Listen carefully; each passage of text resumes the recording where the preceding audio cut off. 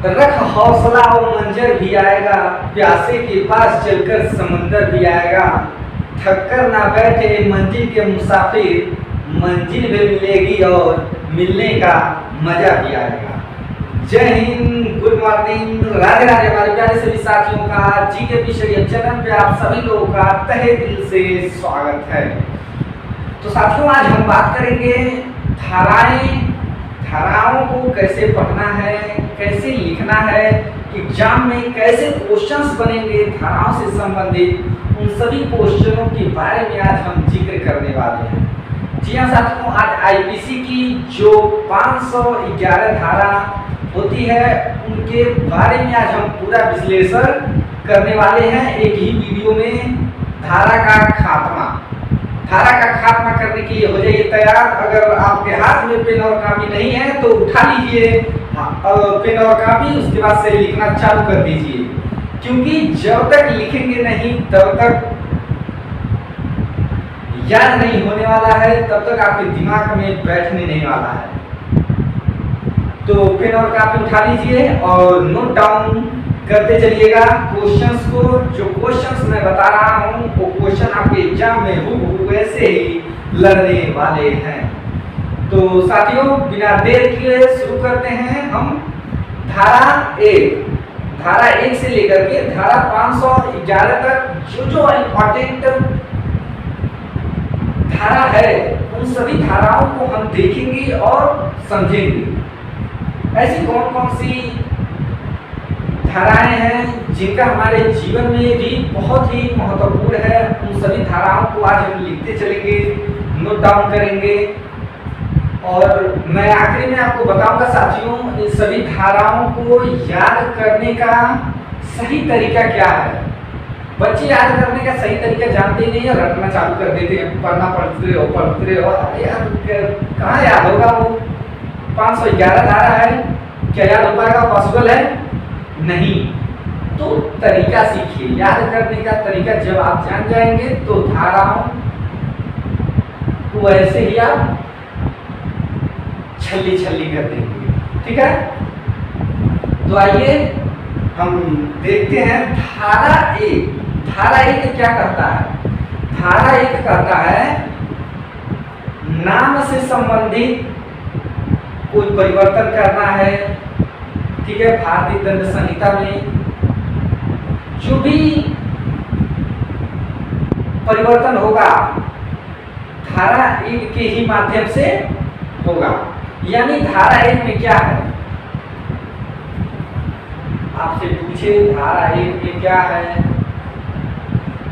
सीधे आप रटने की जरूरत नहीं है, किताब में क्या दिया है उससे हमसे मतलब नहीं है। बस हमें ये जानना है कि धारा 1 कहता क्या है, उसमें लिखा क्या गया है। अगर एग्जाम में आ रहा है, क्या आप कर पा रहे हैं? अगर रट के कर पा रहे हैं तब तो समझ लीजिए मुश्किल है एग्जाम में 4 ऑप्शंस में आपको ढूंढना, क्योंकि कभी कभी चीजें कॉम्प्लिकेटेड भी हो जाते हैं, हम समझ नहीं पाते हैं और कंफ्यूजन में हमेशा रहते हैं। तो बस इतना ही मैं शॉर्टकट में सभी धाराओं को बताऊंगा और याद करने का पूरी गारंटी मैं ले रहा हूं कि आपको यही याद करके जाने वाला हूं आज के इस वीडियो में। तो धारा 1 में क्या है, नाम। बस इतना जान लीजिए, धारा 1 में क्या है, नाम। तो एक मारिए और आगे बढ़िए। धारा 2। अब धारा 2 क्या कहता है, भारत के भीतर किए गए अपराधों के लिए दंड। भारत के भीतर क्या,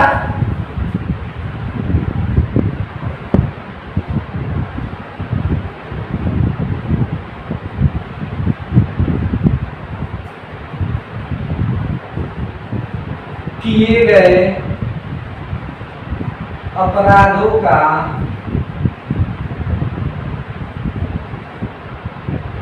दंड। ठीक है, धारा 2 क्या कहता है, भारत के अंदर अगर आप कोई अपराध करते हैं तो उसके दंड का प्रावधान किसमें है, धारा 2 में है। तो आप लोग याद कर लेंगे धारा 2 में क्या है, तो धारा 2 में भाई साहब, अगर हम अपराध करते हैं अपने देश के अंदर, अपने घर में, सीधे याद रखिए, अगर हम अपने घर में क्या करेंगे, अपराध को हम करते हैं तो धारा 2 लगेगा हमारे ऊपर। मम्मी का क्या चलेगा, चक्रव्यूह, किसके ऊपर, आपके ऊपर। ठीक है। अब धारा 3 हम देख लेते हैं। धारा 3 क्या कहता है, अगर आप भारत की परी, अभी ये धारा 2 कह रहा था कि अपने घर में जब कोई अपराध करेंगे तो धारा 2 लगेगा, और जब घरवा के बाहरी अपराध करेंगे तो धारा 3 लगेगा।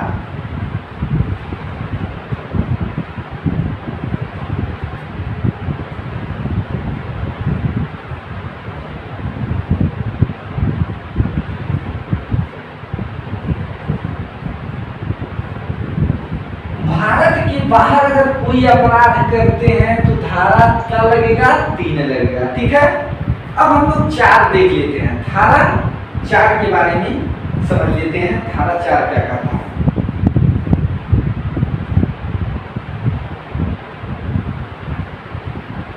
राज्य क्षेत्रातीत अपराधों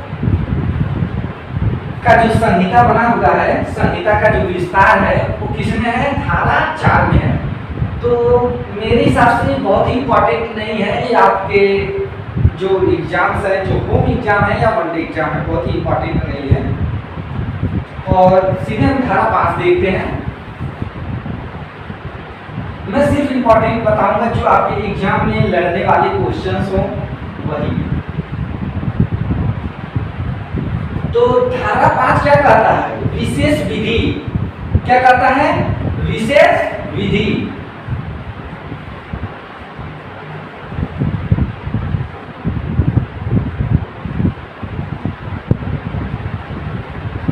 धारा 5 में क्या है, तो भाई साहब कोई पूछे धारा 5 में क्या है, चलो बताओ, तो आप क्या बताएंगे, तो आप कहेंगे विशेष विधि की बात धारा 5 में कही गई है। अब हम लोग नेक्स्ट क्वेश्चन की तरफ चलते हैं, जो अगला क्वेश्चन रहेगा धारा 8। अब हम लोग 8 देखेंगे।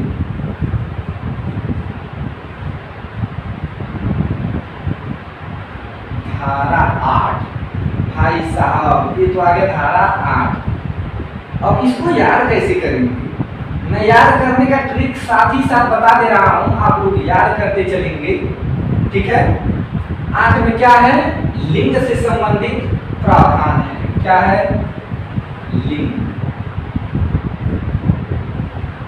ठीक है, लिंग से संबंधित प्रावधान। आप लोग 8 को ध्यान से देखिए। ठीक है, और याद कर लीजिए 8। ठीक है, 8 लिंग। 8 किससे संबंधित है, तो लिंग से संबंधित है। 8 लिंग, 8 लिंग शिवलिंग। ठीक है, 8 लिंग है, कितने, धारा 8 में क्या है, 8 लिंग। यहां से याद कर लीजिएगा। अब आ जाते हैं धारा 9 में। धारा 9 वैसे तो इंपॉर्टेंट नहीं है, सीधे हम 11 देखते हैं। 11 में क्या है, किसको पता हो तो जल्दी से कमेंट कर देगा।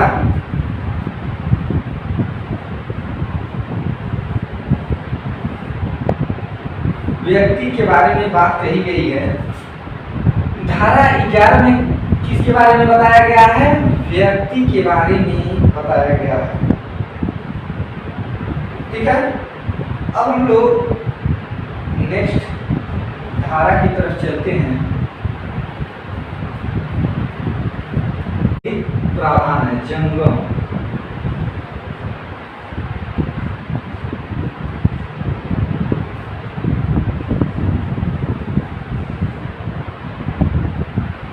धारा 22 में क्या है, कोई पूछे भाई 2 और 2 मिला के जंग लग जाता है। ठीक है, जंगम संपत्ति। जंग कैसे लगता है, 2 तत्वों के मिलने से ही जंग लगता है। यानी 2 और 2 22, और 22 यानी क्या, जंग लग गया, किसमें? संपत्ति में, जंगम संपत्ति। ठीक है, तो याद करते चलेंगे आप लोग। जब तक सफल ना हो नींद चैन को त्यागो तुम, संघर्ष का मैदान छोड़ मत भागो तुम। कुछ किए बिना ही जय जयकार नहीं होती, अब कोशिश करने वालों की कभी हार नहीं होती। तो आप लोग बने रहेंगे वीडियो में शुरू से अंत तक। बोरिंग तो मैं बिल्कुल ही नहीं होने दूंगा, क्योंकि मैं पढ़ाने का मेरा तरीका ही कुछ ऐसा है कि मैं बच्चों को बोर नहीं होने देता हूँ। आई होप आप सभी को ये वीडियो अच्छा लग रहा होगा। मैं अपने बच्चों से ये नहीं कहता हूँ कि बच्चों इस वीडियो को अधिक से अधिक शेयर करिए, सब्सक्राइब करिए। मैं बिल्कुल ऐसा नहीं किसी से कहता हूँ, क्योंकि मुझे भी अच्छा नहीं लगता है। अगर जिसे वीडियो अच्छा लगेगा वो खुद ही चैनल को सब्सक्राइब भी कर लेगा और शेयर भी कर देगा। ठीक है,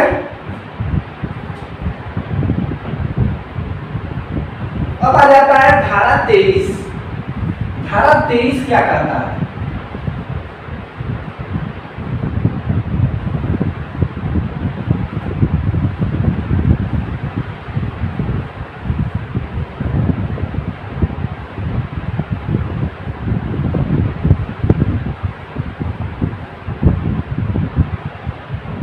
सदोष अभिलाभ, अभिलाभ है, ये अभिलाष नहीं है, अभिलाभ, सदोष अभिलाभ। ठीक है, तो कुछ चीजें हैं उनको आप लोग नोट डाउन कर लीजिएगा, उसका कोई ट्रिक नहीं है। और जो ट्रिक पे धारा बैठेगा उस ट्रिक को मैं बिल्कुल आप लोगों को बताऊंगा। अब धारा 29 हम देखेंगे, और जो धारा है बीच में 24, 25, 26 बहुत इंपॉर्टेंट नहीं है। ठीक है, दस्तावेज से संबंधित है।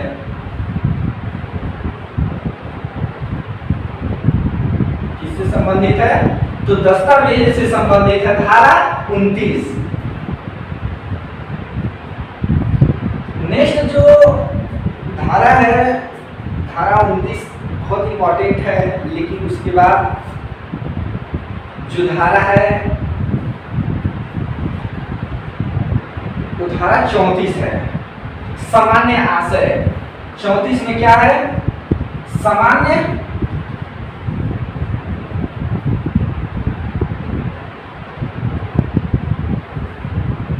आशय।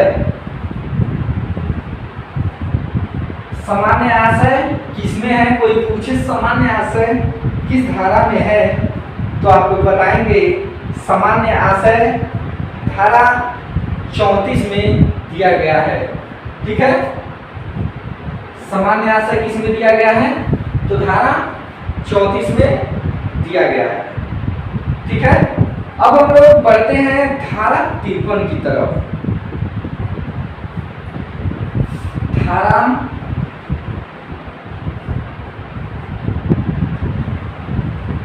53, धारा 53 कहता है कि दंड 5 प्रकार के होते हैं।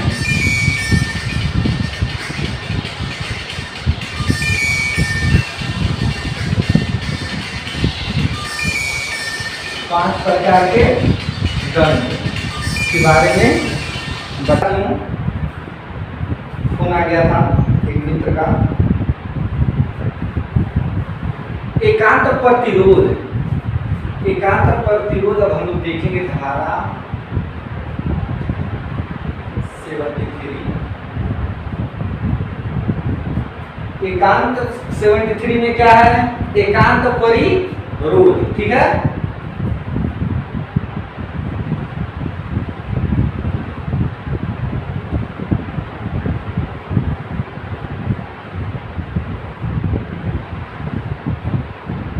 अगर आपसे कोई पूछे धारा 73 में क्या है, तो आप लोग बताएंगे एकांत परिरोध की बात कही गई है। धारा 73 में कुछ चीजें हैं जो आपको दिमाग में बैठाना होगा, रखना होगा, समझना होगा उन सभी चीजों को। 53 हो गया, 73 हो गया। और कौन सी धारा है जो आपके एग्जाम के लिए महत्वपूर्ण है? धारा 74 भी हम लोग लिख लेते हैं। धारा 74 क्या कहता है?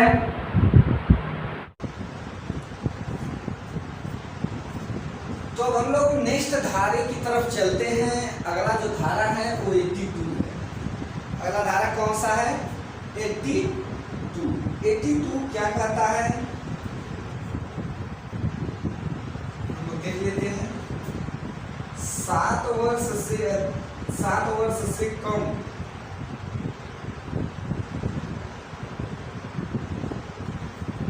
आयु के बच्चे अगर अपराध करते हैं तो अपराध नहीं माना जाएगा। 7 वर्ष से कम आयु के बच्चे अगर अपराध करते हैं तो अपराध नहीं माना जाएगा। ठीक है।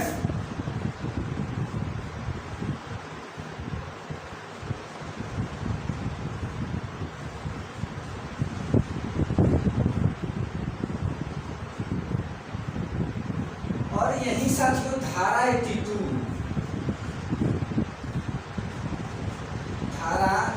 तो वो कहता है। अब 83 हम देखेंगे।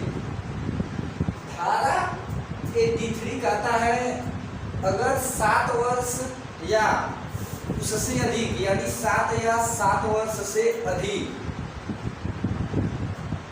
लगभग 12 वर्ष तक, लगभग नहीं, ये आप कंफर्म चलिए, 7 या 7 से अधिक यानी 12 वर्ष तक अगर कोई बच्चा अपराध करता है तो वो भी अपराध नहीं माना जाएगा। 7 वर्ष से अधिक और 12 वर्ष से कम का बच्चा अगर अपराध करता है तो वह नहीं माना जाएगा। ठीक है।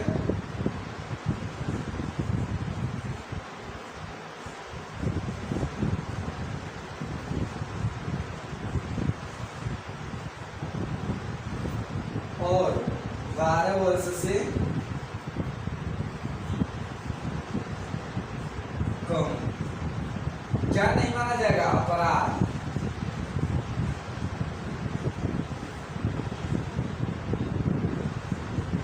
नहीं माना जाएगा।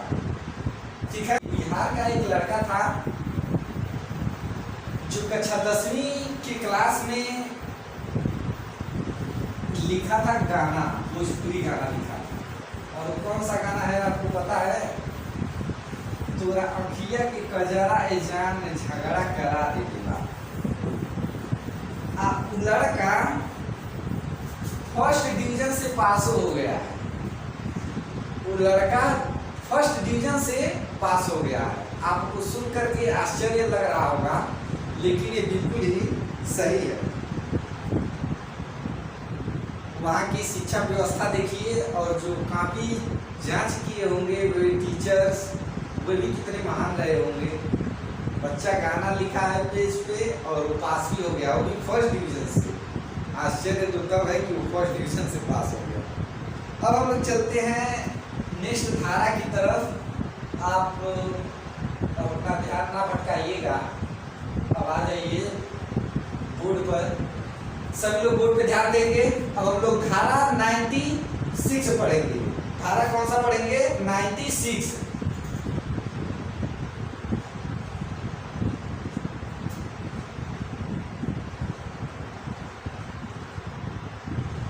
निजी सुरक्षा।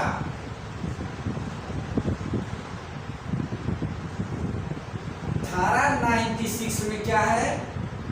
निजी सुरक्षा से संबंधित ये धारा बनाई गई है। ठीक है। और 97 में यही पे देख लीजिए। 97 कहता है शरीर और संपत्ति से संबंधित सुरक्षा का प्रावधान।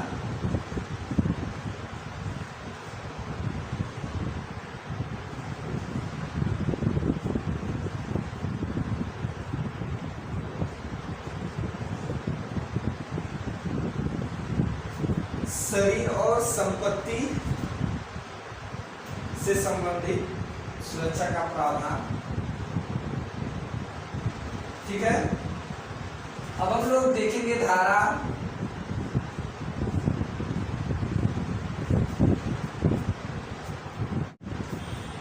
100 में क्या कहा गया है। 100 कहता है प्राइवेट प्रतिरक्षा के विरोध में हत्या, अगर प्राइवेट प्रतिरक्षा के विरोध में हत्या कर रहे हैं तो वो हत्या नहीं माना जाएगा, ठीक है, वो हत्या नहीं माना जाएगा।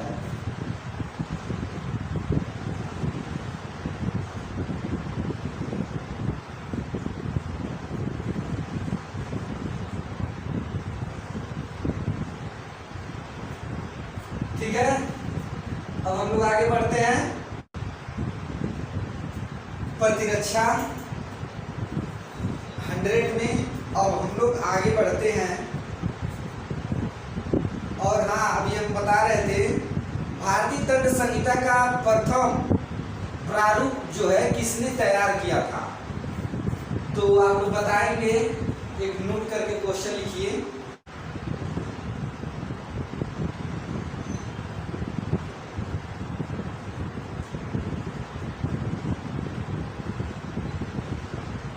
लॉर्ड मैकाले का आप सभी लोगों ने नाम सुना ही होगा। भारतीय दंड संहिता का प्रथम प्रारूप इसी ने तैयार किया था। किसने? लॉर्ड मैकाले ने। भारतीय दंड संहिता का प्रारूप किसने तैयार किया था?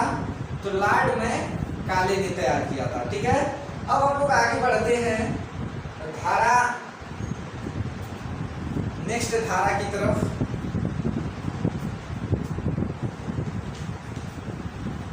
अब धारा हम लोग देखेंगे ध्यान नहीं देती है, वो किसमें है? 95। धारा 95 आप नोट डाउन कर लीजिएगा, ये छूट गया था।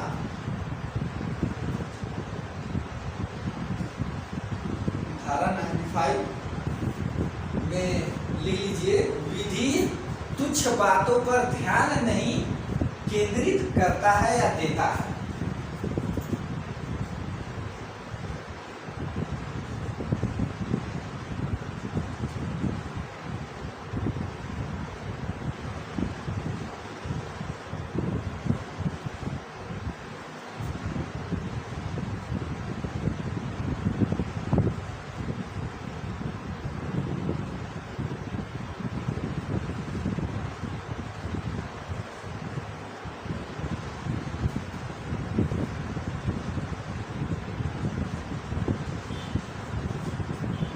विधि तुच्छ बातों पर ध्यान नहीं देता है, धारा 95 में है।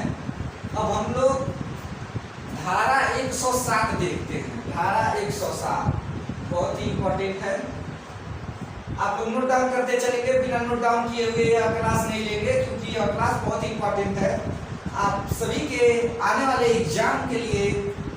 और मैं बता दूं आपको, जितने भी ऑब्जेक्टिव क्वेश्चन देखने को मिलेंगे आपके फर्स्ट सेमेस्टर या सेकेंड सेमेस्टर में, अगर इसमें से क्वेश्चन ऑब्जेक्टिव आ रहे हैं तो बिल्कुल यहाँ से आपको 100% में बता रहा हूँ, 100% क्वेश्चन यहीं से लड़ने वाले हैं। मात्र एक ही क्लास लीजिए, कम से कम 3 से 4 बार इसे रिवाइज कर लीजिएगा। ठीक है, 107 में क्या है? दुष्प्रेरण।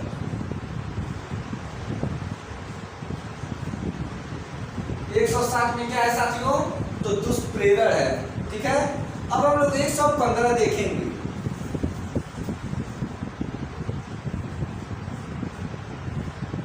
धारा 115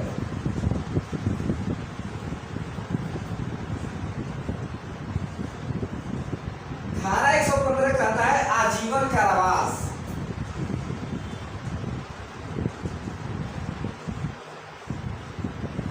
आजीवन कारावास भी हो सकता है या मृत्यु दंड भी, मृत्यु दंड की सजा भी हो सकती है।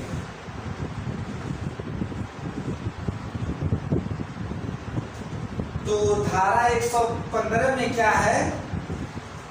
आजीवन कारावास और मृत्यु दंड की सजा का प्रावधान धारा 115 में दिया गया है।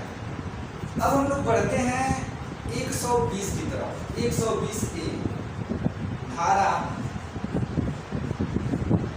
120 ए धारा 120 ए क्या कहता है? आपराधिक साजिशों की परिभाषा धारा 20 से कहता है आपराधिक साजिशों की परिभाषा।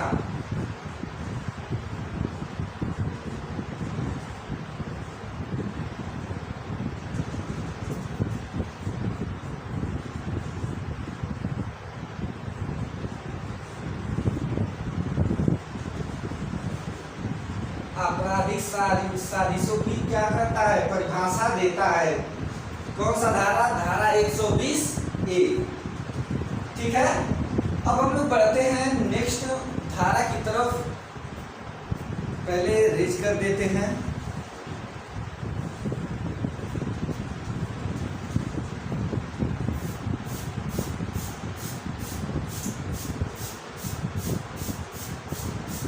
ना संघर्ष ना तकलीफ तो क्या खाक मजा है जीने में, बड़े बड़े तूफान थम जाते हैं और जब आग लगी हो सीने में। साथियों, अगर ये वीडियो आपको अच्छा लग रहा हो तो लाइक भी कर देंगे, क्योंकि बहुत मेहनत करना पड़ता है आपकी क्लास लेने के लिए। ठीक है, तो हम लोग बढ़ते हैं नेक्स्ट धारा की तरफ। धारा 121 हम लोग देखेंगे। धारा 121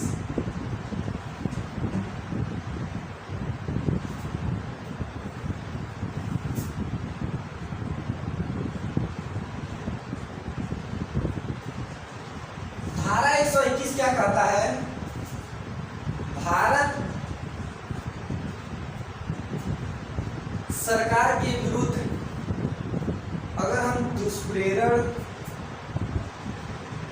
करते हैं, युद्ध का प्रयास करते हैं, किसी भी प्रकार का छल का प्रयास करते हैं सरकार के साथ, तो हमें धारा 121 हमारे ऊपर लगाया जाएगा। अगर ऐसा कोई जुर्म करते हैं आप, तो धारा 121 लगेगा।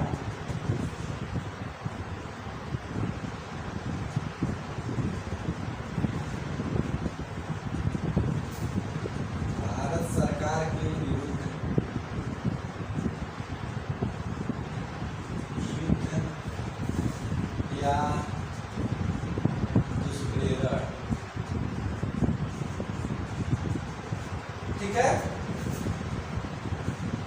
युद्ध या दुष्प्रेरण। ठीक है, अब हम लोग नेक्स्ट धारा की तरफ चलेंगे।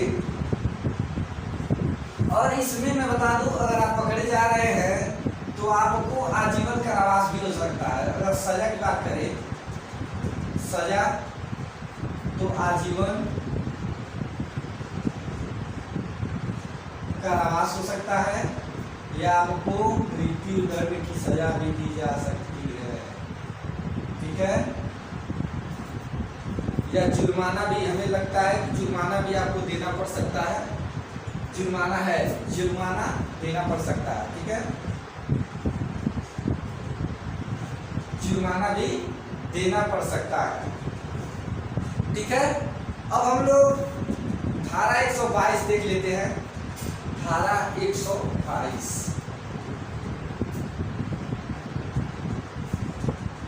122 में युद्ध की तैयारी करना।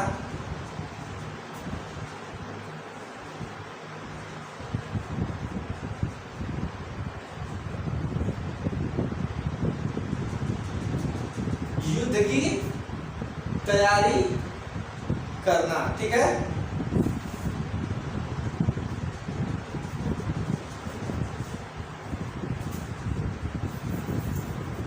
अब हम लोग धारा 122 तो हो गया। अब हम लोग 131 धारा देखेंगे। ठीक है,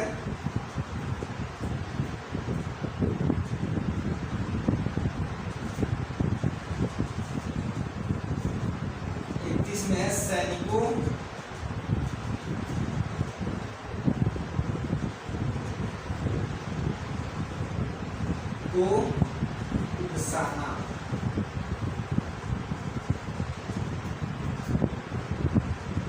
ठीक है, सैनिकों को उकसाना किसमें है? धारा 131 में है।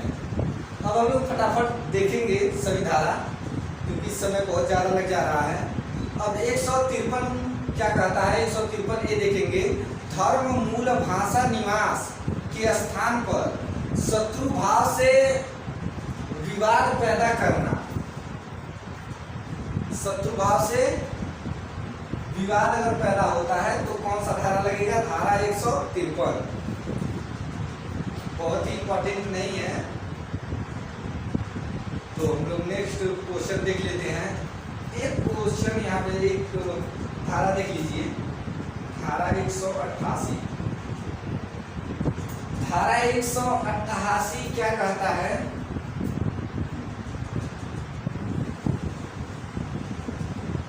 हम लोग मास्क लगाए पूरे कोरोना में, वही कहता है धारा 188 की हमें मास्क लगा करके रहना चाहिए। मास्क लगाने की हमें आज़ादी यही देता है धारा 188। ठीक है,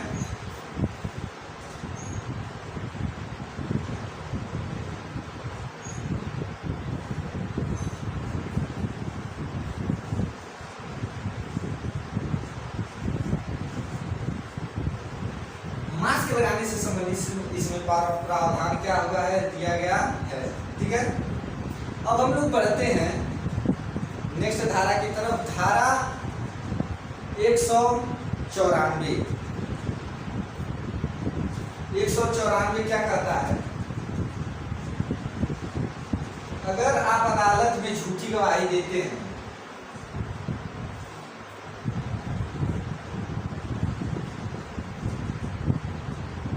अदालत में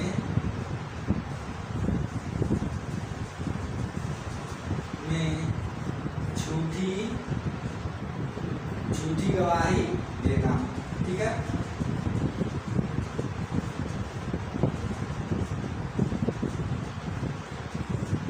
अदालत में झूठी गवाही देने से संबंधित है कौन सी धारा? धारा 194। ठीक है, अब हम लोग देखेंगे 131। 131 ठीक है,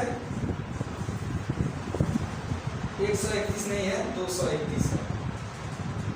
ठीक है, 231 नकली सिक्के बनाने से संबंधित है।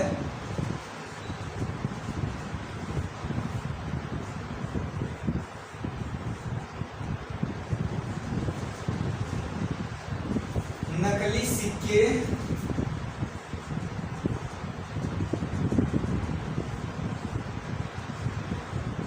बनाने से संबंधित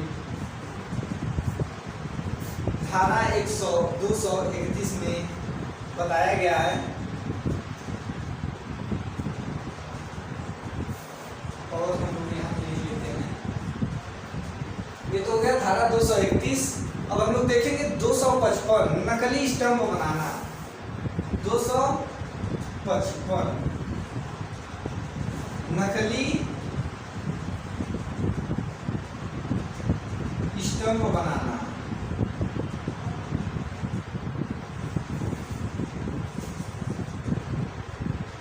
अगर कोई नकली स्टंप बनाता हुआ पकड़ा जाता है तो उसके ऊपर धारा 255 लगाया जाएगा और उसको सजा भी हो सकता है, जुर्माना भी देना पड़ सकता है, यह दोनों भी हो सकता है।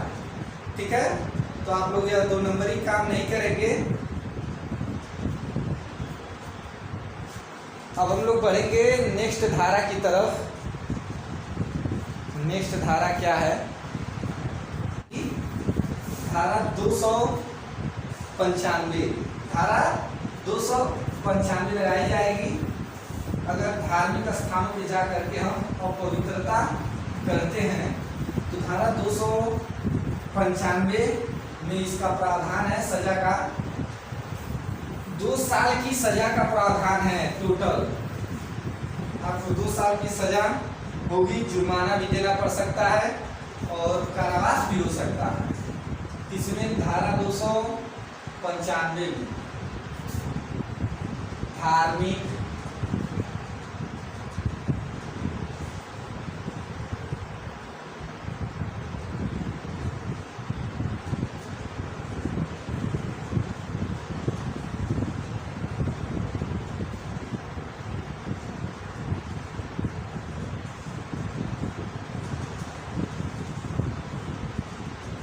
धार्मिक स्थान को अगर आप अपवित्र कर रहे हैं तो आपके ऊपर धारा 295 लगाया जाएगा और उसके साथ ही आपको 2 साल की सजा भी हो सकती है और आजीवन कारावास भी हो सकता है। ठीक है, अब इसके बाद हम लोग देखेंगे धारा 299 आपराधिक मानव वध या आजीवन कारावास। आपराधिक मानव वध या आजीवन कारावास।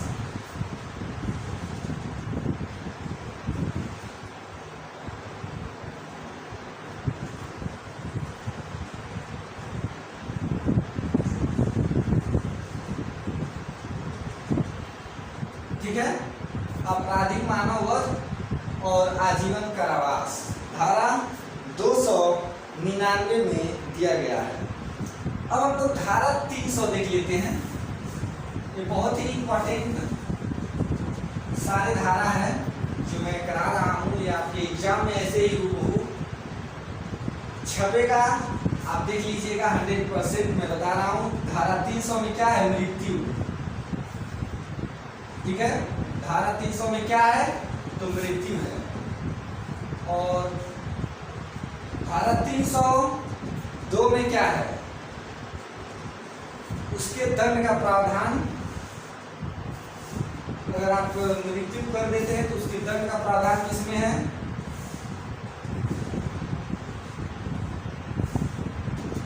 धारा 302 में है। ठीक है, नेक्स्ट जो धारा बच गई है उन सभी धाराओं को हम नेक्स्ट क्लास में देख लेंगे। ठीक है, क्योंकि समय भी बहुत हो गया है। तो फिर मिलते हैं नेक्स्ट क्लास में। जय हिंद, जय Bharat. Thank you for watching.